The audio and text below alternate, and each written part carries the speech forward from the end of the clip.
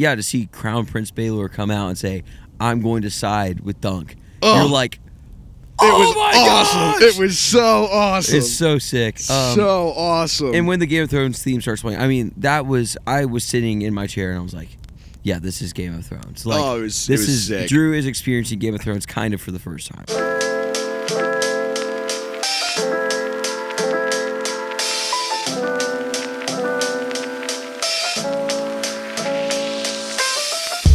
Look, this episode of A Night of the Seven Kingdoms was phenomenal.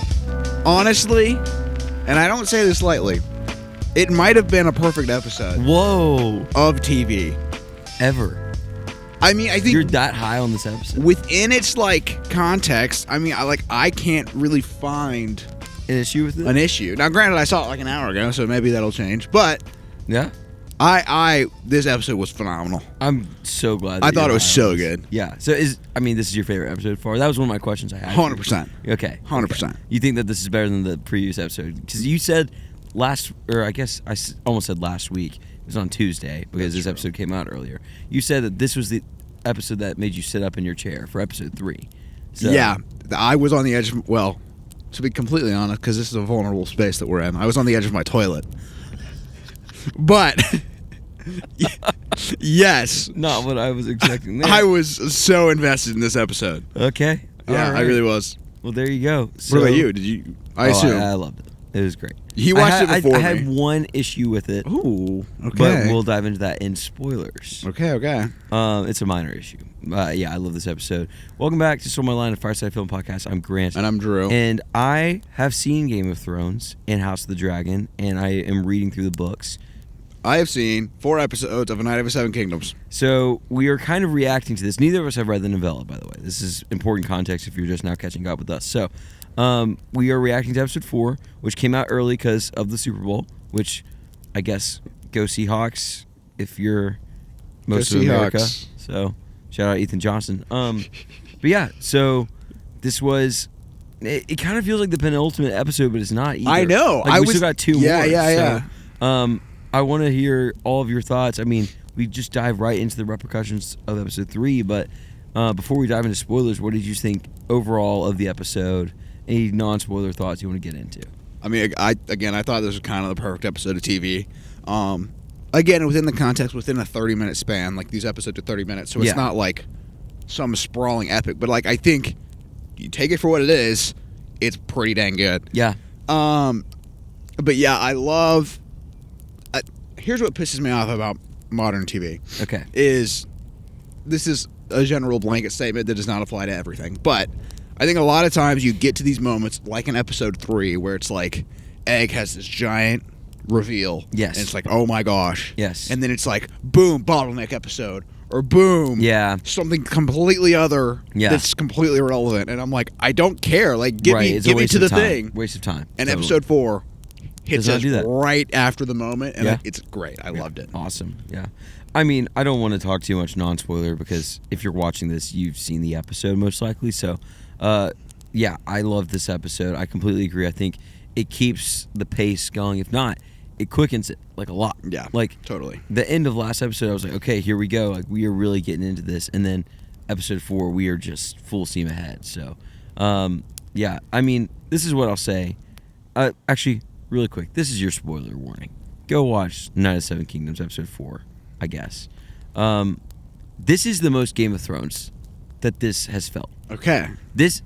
What you experienced in episode 4 is Game of Thrones. Like, to still a lesser extent.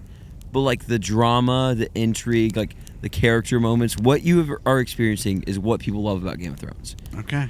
And so, my question for you before we dive into this episode is, last episode, you said you were at what? Maybe a 3 on a scale. Did I say 3? You said on a scale of 1 to 7, you were a 3 of I want to watch Game of Thrones. I'm a 3.2. You're a 3 point. You have this episode raised it 0.2. Yeah. Okay. All right. You're a little more invested in the universe. I am. Okay. All right. So how did you feel? I mean, this episode was a little less slapstick and all that stuff. So why don't you just walk me through all of your thoughts on, spoiler-filled thoughts on episode 4? Yeah, I think this was the least comedic episode, I would say. Yes. Except for one moment. That's my qualm with this episode, but keep talking. Okay, really, because I have thoughts too, and I didn't hate it. I don't know if I loved it. We'll talk about it, but keep going with what you're saying. But yeah, I mean, I think again this episode hits the ground running, which is much appreciated, and I mean it. I think for someone who has not seen Game of Thrones, Yeah. I think it does a good job of explaining why things are important. Yeah.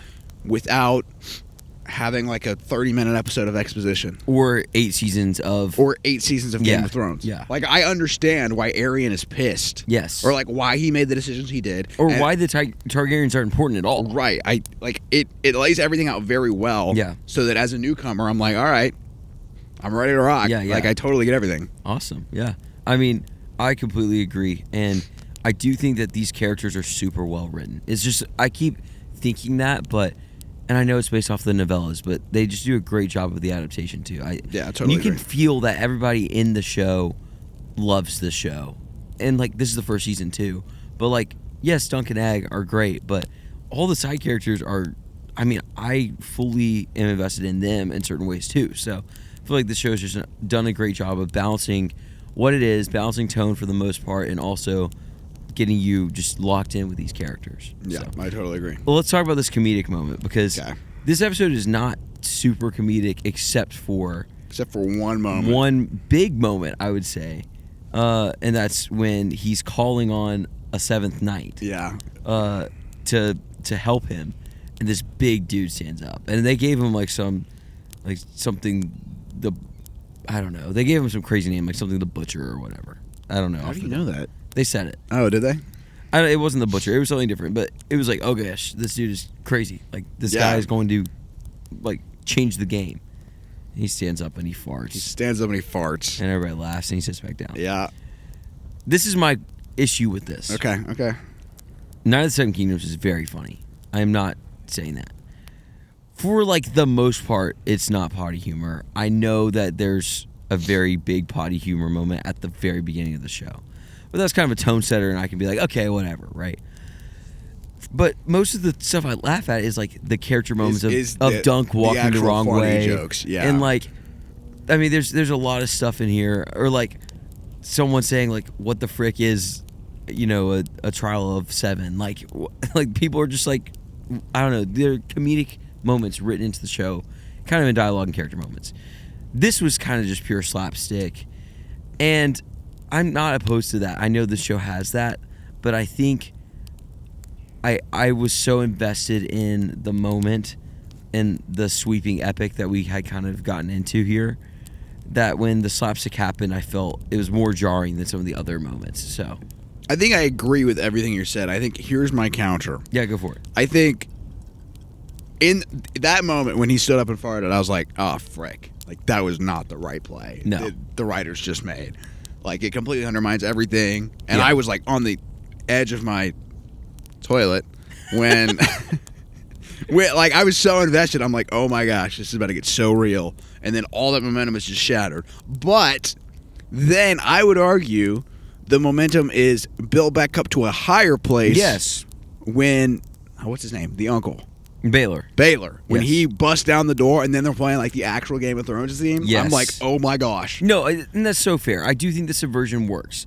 I think I do wish that they had gone with a different subversion. Is maybe what I'm getting. Yeah, and I do think that's a fair criticism. No, that is like my one critique with this entire episode. Yeah, I agree. Like, I genuinely loved this episode. And yeah, to see Crown Prince Baylor come out and say, I'm going to side with Dunk. You're like, it was awesome. It was so awesome. It's so sick. So awesome. And when the Game of Thrones theme starts playing, I mean, I was sitting in my chair and I was like, yeah, this is Game of Thrones. Like, it was sick. Drew is experiencing Game of Thrones kind of for the first time. I know it's not like the actual show, but this is what it's about. So, yeah, I loved it. So, I don't know. What do you want to talk about next? I have a question. Okay, hit me with it. And again, never seen Game of Thrones. But my perception of Game of Thrones has kind of been a nihilistic Lord of the Rings. Like, all the characters have some moral qualm and, like, everyone backstabs everyone and there's just, like, no nugget of truth. It's just, like, political drama for the sake of political drama. Yes. So, well, I would argue that this show has significant nugget of truth and feels more on the Lord of the Rings side of the moral spectrum. Totally. Than my perception of Game of Thrones. And I could be wrong. Totally. No, I don't think you're wrong. I think when you say Lord of the Rings too, you're probably meaning more tonally than... Yeah, like... I mean, the thing about Game of Thrones, the show / the book series is, yes, there's the White Walkers, and that's like kind of maybe the thing they need to overcome, but there's not like an end goal of we got to get to the cracks of doom and drop the ring in there to destroy it. Like, there's not an end goal for Game of Thrones. It's really like who sits on the Iron Throne. And like that's the end goal. So there's not like a destination that everybody's going towards except when they're fighting the White Walkers. So there's that. But I would completely agree with what you're saying. I do think, yes, there are characters in Game of Thrones that are more on the good side. I think Jon Snow, Eddard Stark, the Starks are probably like the best examples overall of like they're the good guys. But also Game of Thrones, I know you haven't seen it, so I'm not going to spoil it, but it goes out of its way to say holding to your honor and being a good guy will not always go well for you in this universe. Yeah. Which is kind of what makes Game of Thrones so popular to an extent. So I think what I am trying to get at is this is inherently different. Okay. Like Dunk and Egg are the good guys. As of right now, I do think that their characters will grow and mature in different ways. And I would argue that right now this show is arguing, I mean, obviously we don't know what's going to happen in the battle, but like Dunk and Egg are going to win. Yeah. I mean, so it's like, you know that there's 3 seasons of this minimum because there's 3 novellas. Right. So I think this show is arguing that honor and doing the right thing is the way to go, which I think is interesting. This show, and this is a question I have for you too, but this show is about what does it mean to be a knight. I mean, that's what this show is about. But also, I'm going to put an asterisk by this because this show is also about brotherhood. I agree. I think it's an incredible show about brotherhood so far. Like, I mean, we didn't really talk about this, but last episode when Egg was talking to Dunk and whatever and talking about he's going to marry the second most beautiful woman. And he's like, Dunk says, why is the second most? It's because you've married the first. And like, that's the sweetest moment. That's probably the sweetest moment in all of Game of Thrones, legitimately. I might go out on a limb and say that. If you disagree, comment below, we'll talk. But it's one of the sweetest moments I've ever seen in the whole show. And like the whole universe. And so this show is doing a great job of keeping it about brotherhood, keeping it about honor and what does it mean to be a knight. And I think despite how crazy the world can be, obviously how, I don't know, vulgar the world can be, how dark the world can be, how someone can just stab a horse to the neck with a lance and that just happens. Like, stuff still happens, but this show is a lot more focused in the morally good side, quote unquote. Yeah. As of right now. Yeah. So that's my long-winded answer. No, I think that's good. Okay. I have a question for you. Okay. And this is about to be spoiler-laced. Are you ready? Of Game of Thrones or... No. Of Seven Kingdoms. Is Dunk a knight? Ooh. Because here's the thing. If you know the universe... He technically... I think every time he says, I've been dubbed, he's... I guess he has been dubbed, but he's not related to the guy. Well, no. Here's the thing. He says he's been dubbed. Do you think Duncan has been... Wait, because in the very first scene... He's not knighted in the first scene. He wasn't knighted. The guy just died. Yeah, well, it's kind of assumed that he was knighted, or at least this is what Duncan says, that he buries him after he was knighted. Right. But we never saw him get knighted. And, again, we've not read the novella, so there's an answer to this, right? People, it's out there. But I want to hear your thoughts on this. Like, do you think Duncan has been knighted, and do you think he's a true knight at all? Okay, well, here's the thing. Here is where I think this is going.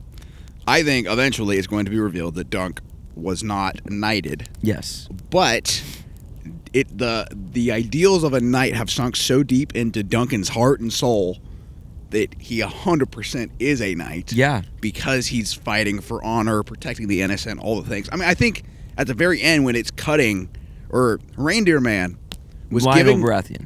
Reindeer Man. Okay. was giving his monologue, and I thought that was one of those epic moments that I've seen in a long time. It was awesome. I was so hyped. I was like, oh, this is awesome. He's saying all these things of what a knight is, and then it cuts to Duncan. But I don't think he was knighted. No, and I think it's starting to really get implied that he was. And before this episode, I was like, I don't think he is. after this episode, I'm like, he is definitely not knighted because, you know, he didn't even know how to knight this other guy. Oh yeah, that's true. Like he pulled out his sword. Yeah. There's so much hesitation, and he kind of tries to play it off of like, well, you could die, but it's kind of obvious he doesn't know what to do. Like there is a ritual to this that he does not know because he hasn't had it done to himself, you know? And so that's our expert prediction. We haven't read the book. So I'm sure that we will get some reveal. And here's my follow-up question. If someone was to knight Dunk now, of the characters that you know, who would you want to knight Dunk? Baylor. Yeah. Okay. Yeah. We'll see where that goes. I don't know. I genuinely don't know the outcomes of what happens there. I like Baylor a lot. Yeah. Prince Baylor's the GOAT. He's just like, oh, he's awesome. Well, and here's the thing about him is kind of like you were saying, a lot of the characters of Game of Thrones are, you know, all about power and everything. And yes, he's the crown prince. Like this is the guy that is going to be king of all the 7 kingdoms. And he's siding with Dunk, which is awesome. But also, you can feel that he has that responsibility. He knows that he has that responsibility. And so the way that he acts, like he's choosing honor over his family. That's a kingly thing to do. 100%. So it's just, and you don't get a lot of those characters in Game of Thrones. Like Ned Stark is that. So yeah, I don't know. There's a lot there to dive into, but I think Baylor is a great character right now. We'll see. I don't know. There's always a dark side to everybody in this universe. So I know, I'm saying everything with it. a ... But as of right now, Baylor is awesome. I mean, again, I loved what's his name? Raymond's knight. Who's Raymond's knight? Wait, what? Raymond is the squire. The squire. Oh, right. sir. Oh gosh, I don't remember. Yes, I know. But that guy, bro, that twist was interesting. It got you. I was intrigued. I was like, no way. Like, yeah, he's choosing lordship over honor. Yeah, which is a whole thing there. But then Raymond freaked out. Oh, Raymond's awesome. I love Raymond. He reminds me so much of Podrick from Game of Thrones. If you've seen Game of Thrones, you know he reminds you of Pod. You would love Pod, by the way. But yeah, he's awesome. So, I mean, it's great to see Dunk gets his team together. And I mean, Lionel Baratheon being like, I just want to rough up. So, yeah, I know. Which, by the way, the King's Guard in Game of Thrones, dude, these are like the elite knights. Okay. Like these are, I mean, this would be like going up against. This would be like a high school football team going up against an NFL team, kind of to an extent. It's kind of the vibe it feels like. They are like the best knights in the whole realm. And so for people to be like, yeah, we're going to just like take on these King's Guard because we feel like it. Like, that's crazy, by the way. So why does, what's his name? Not Lionel? Yeah, talking about Reindeer Man? Yeah, Lionel Baratheon, yeah. Why does he dislike the Targaryens? I don't think he dislikes the Targaryens. And this is kind of what he says. He just kind of likes chaos. He does. His actor described him as a mix between like Jack Sparrow and Ernest Hemingway. Oh yeah, which is, I think, a very great description. But so he like, there's not a history of Baratheons and Targaryens. It's just kind of well, there's a future history that does happen. But House Baratheon is loyal to House Targaryen. Like it's understood at this point in time. And I mean, technically, he's still fighting next to the Crown Prince ultimately. So yeah, it's not like he didn't know that until right. But he says it this way in the show that. And it's implied, a trial of 7 has not happened in at least 100 years. Like, this is a very rare thing that has ever happened. Yeah. And so he's like, why would I miss this opportunity to be a part of this historical thing and rough up some Kingsguard? Like, he's kind of just in it for the fun. Yeah. For the honor and the glory of it all, which is great. It's a great character moment from him. So. Oh, I am so invested in basically everyone on Dunk's team, which I think is really hard to do. Yeah. Literally, you've had an hour and a half. Yeah. Well, I guess you've had 2 hours. Yeah. Of buildup. Yeah. I can't think of any other movie or 2-hour thing ever that's like, get me invested in 7 characters. I'm about to rock your world. The Lord of the Rings, Fellowship of the Ring. Yeah, no. With Okay, valid. Exactly valid. valid. Well, actually more. Okay, actually, I kind of disagree. That you're saying you're more invested in these characters than in the Fellowship? I would say, okay, I think Legolas and Gimli, at least in the first one specifically, don't get a ton of character development. That's fair. I would say that's fair. If you read the books, they do. 100%. But I'm talking, this is a movie and TV podcast, Grant. I know. I would argue that Knights of the Seven Kingdoms does a better job of developing Okay. everyone on Dunk's side over Fellowship of the Ring, specifically. That I completely disagree, because you're telling me you are more invested in the one-eyed knight guy. I think his name's Sir Humphrey. Yeah, but he's on the other side. No, he's not. He's on Dunk's side. No, he's not. Yes, he is. Is he? Yes, he is. He was wearing Targaryen armor and like with the Targaryens. I think you're thinking. We'll fact check this. Anyway, I mean, I could be I don't wrong. think you could list all the 7 people in Duncan's group. You got Duncan, you got Lionel, you got Raymond, you got Baylor. Okay, that's 4. I really like those 4 guys. Okay. I don't know the other You're 3. eating your words All right now. I stand corrected. Okay. Lord of the Rings does a better job. Okay, all right. Well, still though, it does a great job. Yes, the fact that's that it's what- relatively comparable. We're not comparing this show to Lord of the Rings, by the way. No, we're not. Well, I just did, but I'm wrong. The fact that it's even remotely comparable is a very good sign. Is a for this great show. testament to this show's quality. There's not really much else I have to talk about with this thing, but are you excited for the rest of Knights of the Kingdoms? I'm so excited. Okay.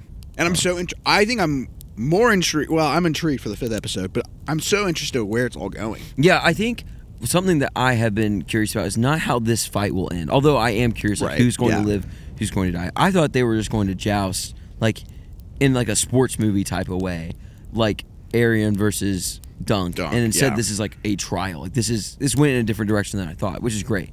But I think what I am curious about is, how does Egg end back up with Dunk? Yes. Because he's a prince. Like, Yeah. this is a guy that, like, he is part of the royal family. And, like, yeah, he's not currently in line for the throne, but he can't just walk around with a hedge knight. So, Right. does Dunk get hired to be? I mean, I don't think he starts out as a Kingsguard, or does he? Or is he hired to, I guess, serve Egg? I don't know what happens here. So Here's my prediction. okay, And I could be. way off the mark. Yeah, I don't know any lore, so this is simply based on the 4 episodes. I think Arion's dying in the next 2 episodes. Well, Maybe. I don't know. or I have maybe no he's- idea. I think at least the king is dying, You're saying Baylor's gonna die? not Baylor. Or no? Oh, sorry. I know he's the prince. Like the grandfather. Yeah. Okay. I think he's gonna die. Baylor's gonna become king, and then he's gonna promote Dunk Yeah. to a certain level, and he's gonna be like, "All right, Egg, you're with Dunk now." And either Arion's gonna be the big bad of like the whole thing, which I think would be super interesting. You gotta remember, Baylor isn't Egg's dad. He's his uncle. So, like, yes, he still has that power over him. Right, but if Egg's dad dies, Baylor becomes king, right? What? If Egg's dad dies, Baylor becomes king. No. You're gonna get confused. Egg is a grandson. To the There king. is a king. Hold up. I got a Hit me, question. hit me. There is a king. There is a king. Everybody, all the Targaryens you've seen are either sons or grandsons of that king. That king is not here. So, Crown Prince Baelor, that guy, Right. he is, like, next in line.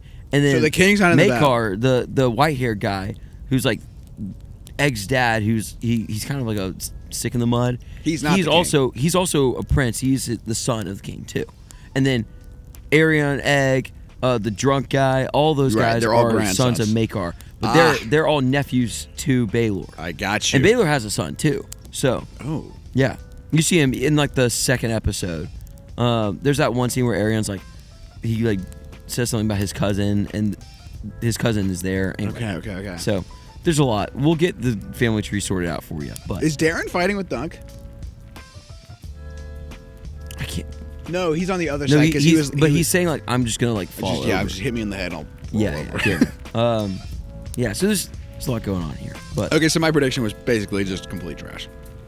well, the grandfather could still die, and Baelor could still become king. Like. Eventually. Yes. But not in But this it's like battle. there's not gonna be somebody that dies and then Baelor is crowned instantly. Right, yeah. So, all right. Well, I don't have much else to say. Yeah, We've kind of gone on for a long time about Knights of the Seven Kingdoms, but It's lit. Go watch it. we love you guys. We'll review the next episode. It'll probably be next Tuesday, so not this upcoming Tuesday, because this one came out earlier. So it'll be a minute before we see Dunk and Egg again, but I'm excited for the finale. Yeah. What movie are we doing Thursday in our Oscar? I'm just gonna go ahead and say we're doing F1. Okay, yeah, we'll do F1. We just made that decision That was a right test. now. I didn't know what we were doing. Well, we're doing it now. So go watch F1 if you want to keep up with our Oscars rewatch. And hey, go Vols! Beat Kentucky at Rupp Arena tonight. I'm wearing my Vols hat. So he's been waiting to say this for 20, I saved it for the end, so we didn't lose a bunch of people. But, yeah. So if you know, you know. Native Mint's a go. So yeah, that's it. I don't have anything else. All right, take a break. Enjoy film or show.